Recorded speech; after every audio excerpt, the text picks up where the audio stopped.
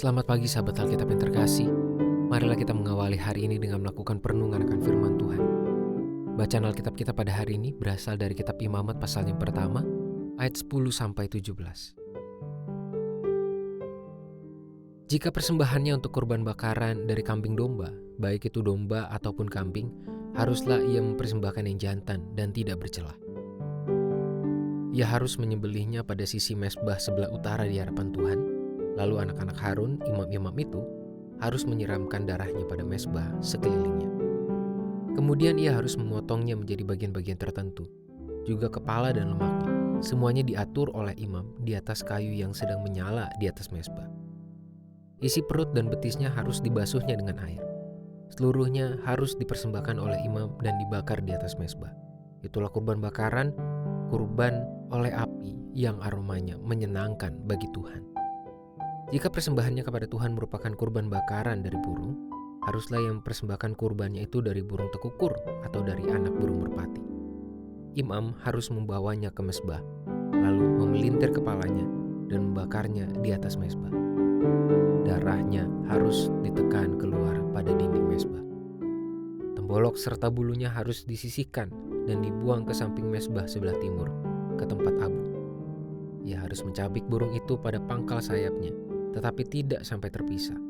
Lalu imam harus membakarnya di atas mezbah, di atas kayu yang sedang terbakar.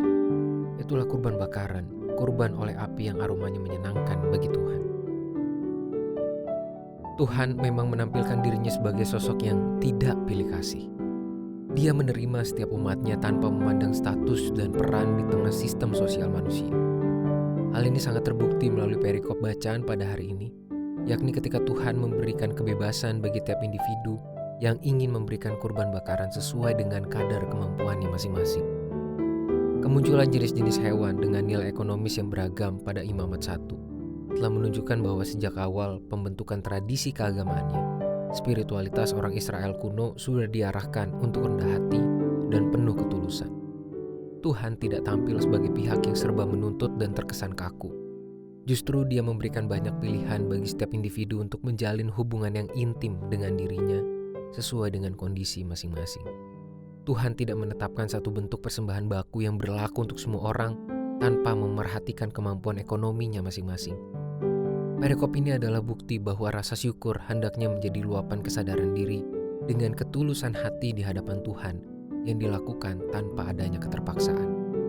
Sikap Tuhan dalam perikop ini yang mengajarkan umat Israel untuk berlaku tanpa memaksakan diri dalam memberikan kurban bakaran hendaknya menjadi pengingat sekaligus ajakan bagi setiap umat Tuhan untuk mengungkapkan syukur dalam ketulusan dan kejujuran.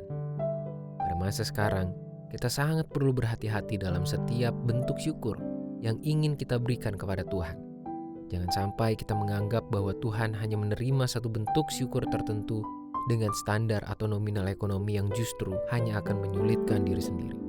Padahal, pilihan hewan kurban yang Tuhan hadirkan pada perikop ini merupakan penanda betapa Tuhan sangat terbuka dalam menerima berbagai bentuk syukur dari umatnya. Lagi pula, bukankah kondisi hati adalah jauh lebih utama di hadapan Tuhan dibanding beragam materi yang kita persembahkan kepadanya? Marilah kita berdoa. Tuhan, terima kasih atas keterbukaan yang Tuhan berikan bagi kami. Bagaimana Tuhan memberikan peluang dan kesempatan bagi kami untuk mewujudkan syukur sesuai dengan kondisi kami masing-masing. Tapi tolonglah kami Tuhan untuk benar-benar mengoptimalkan kehidupan kami. Segala potensi yang Tuhan berikan kepada kami sebagai bentuk syukur kami yang terbaik dengan ketulusan dan kesadaran diri kami di hadapan Tuhan. Hanya di dalam nama Tuhan Yesus Kristus kami berdoa dan mengucap syukur. Amin.